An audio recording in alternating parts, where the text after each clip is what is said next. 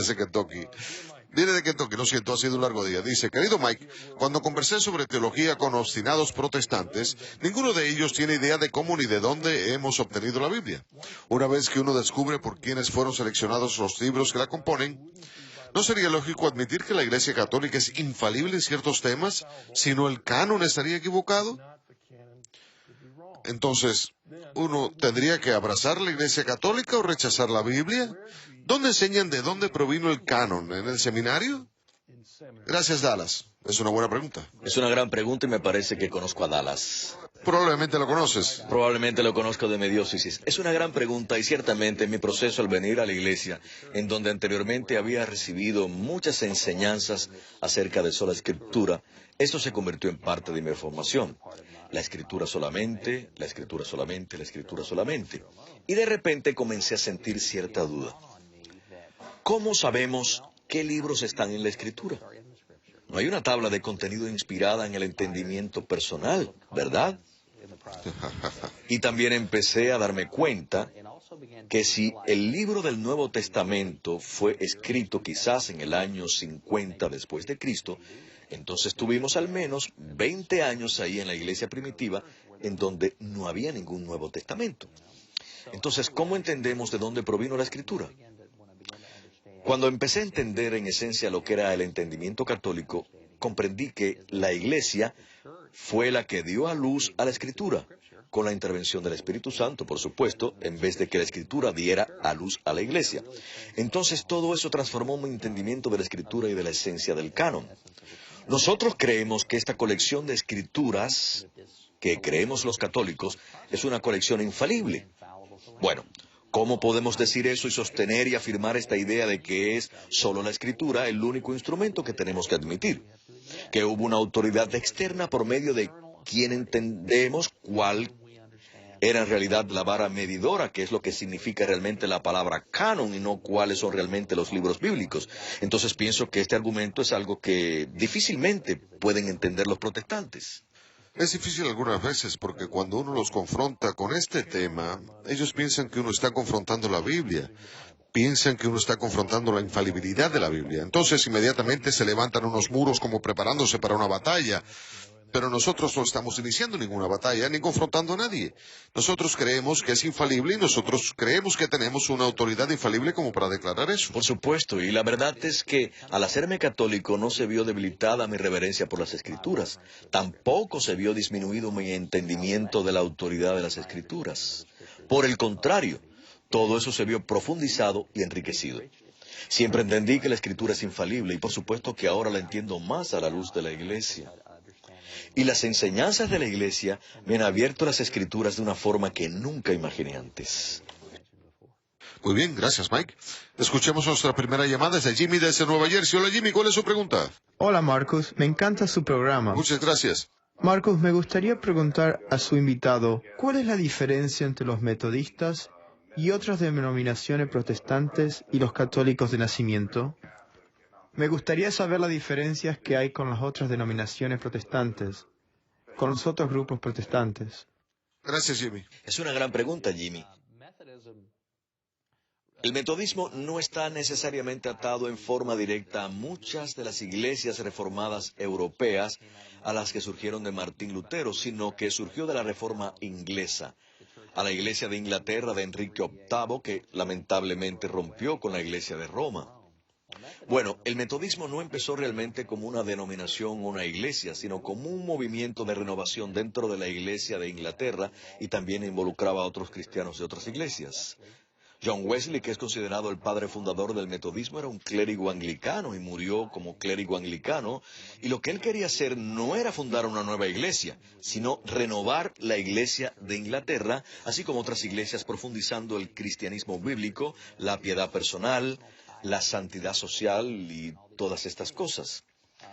Entonces, si uno quiere entender el metodismo, tiene que entender que éste se convirtió en una denominación cuando el movimiento metodista se mudó a las colonias en los Estados Unidos. Era el tiempo en que comenzaba la época de la Revolución. Entonces, los primeros metodistas en la colonia no querían estar asociados con la Iglesia de Inglaterra por razones obvias. Entonces Wesley dio a regañadientes su bendición con gran consternación para su hermano, el cual también era un clérigo anglicano, George Wesley. Wesley no tenía ninguna autoridad para hacerlo. Él ordenó obispos para esta iglesia metodista en las colonias. Entonces, realmente la teología metodista en muchas maneras es en esencia teología anglicana de la Iglesia de Inglaterra. Y la teología anglicana de muchas maneras es realmente una teología católica truncada. Entonces, la teología católica es una suerte de intensificación de lo que cree realmente la teología anglicana. Pero la distinción entre el metodismo de Wesley y el calvinismo, o sea, la diferencia entre los metodistas y los presbiterianos, ¿tiene que ver con este libre albedrío o este llamado a la santidad? Por supuesto, y definitivamente el movimiento metodista era más evangelístico. Era más un movimiento orientado al reavivamiento. Las personas tenían una experiencia de conversión personal y también tenían una fuerte... ellos tenían un entendimiento con ideas muy diferentes al calvinismo o a la idea de la predestinación. Y en mi regreso empecé a tener esta sensación de que podría haber dicho esto años antes al leer las escrituras que había visto, sobre el libre albedrío que había visto, sobre la soberanía de Dios y que podría haber visto muchas otras cosas más, pero finalmente me di cuenta que ese era el entendimiento católico. Era un punto de vista muy fuerte del entendimiento católico del libre albedrío y también un fuerte entendimiento de la soberanía de Dios. La voluntad de aceptar el misterio de ambos. Por supuesto. Contrario a lo que pregonaban los calvinistas o los episcopales sobre este tema. Tenemos un correo de Rashad en Florida. Rashad, reconozco su correo. Muchas gracias por escribirnos. Rashad escribe: buenas noches, señor Allen, bienvenido a casa, bienvenido a la Iglesia Católica. Nos sentimos contentos de darle la bienvenida a la familia. Debido a que usted fue anteriormente un ministro metodista, sé que debe haber sido difícil para usted renunciar a la predicación. Me gustaría saber cómo ha superado usted la dificultad de dejar su ministerio metodista y si ha encontrado usted nuevas formas para servir a la Iglesia Católica, lo que yo llamo predicar sin púlpito. Gracias y feliz Navidad. Lo mismo para usted, Rashad. Una de las cosas que yo hago, Rashad, además de trabajar para la diócesis y con otras actividades, también doy clases en un colegio de secundaria católico local.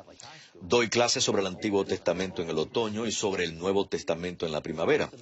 Entonces los estudiantes en mis clases se ponen a debatir sobre si debo o no dejar de predicar, porque cada día es una oportunidad de predicar y de servir al Señor, y realmente me encanta predicar más que cualquier otra cosa. Lo he hecho siempre como pastor. Otra de las cosas que hago actualmente es escribir. Escribo en una columna del periódico de la diócesis. He tenido la oportunidad de enseñar en mi trabajo y en otros lugares sobre la teología del cuerpo del difunto Papa Juan Pablo II, especialmente a parejas comprometidas y a parejas casadas. Me siento muy emocionado acerca de este tesoro que tenemos de la enseñanza dejada por el difunto Papa Juan Pablo II sobre lo que significa ser hombre y mujer, creados a la imagen y semejanza de Dios, y sobre la sexualidad humana y sobre el matrimonio. Entonces he tenido la oportunidad de llevar a cabo este tipo de enseñanza y de hablarle a la gente. No es realmente una predicación, no quiero que me malinterpreten, pero me ayuda de alguna manera a comunicarme con la gente. Yo extraño mucho la prédica. También me dirijo a la gente en el programa de Regreso a Casa, pero extraño la prédica semanal que hacía desde el púlpito, en donde me dirigía a mi congregación. Era un regalo maravilloso ser capaz de, con la gracia de Dios, ser capaz de hablarles sobre la Escritura en un periodo de tiempo y llevarlos por los caminos de Jesucristo. Por supuesto, y creo que una de las cosas... hace varios años yo me encontraba en el funeral de un clérigo metodista y durante el funeral alguien dijo, espero que no se pierdan esta parte.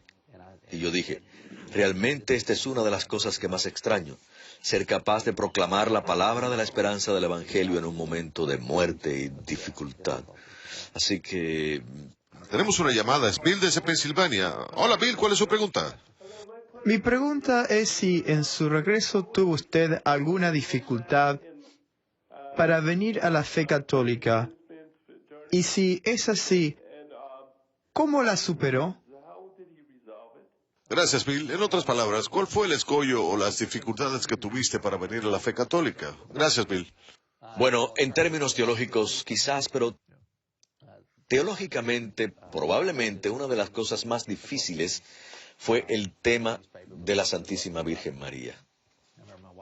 Mi esposa me cuenta que la primera vez que vio y leyó la oración a la Virgen María sintió dificultad en entenderla al ver estas palabras de gran veneración expresadas hacia la Santísima Virgen María y también hacia los santos. Entonces eso fue algo difícil de entender para mí.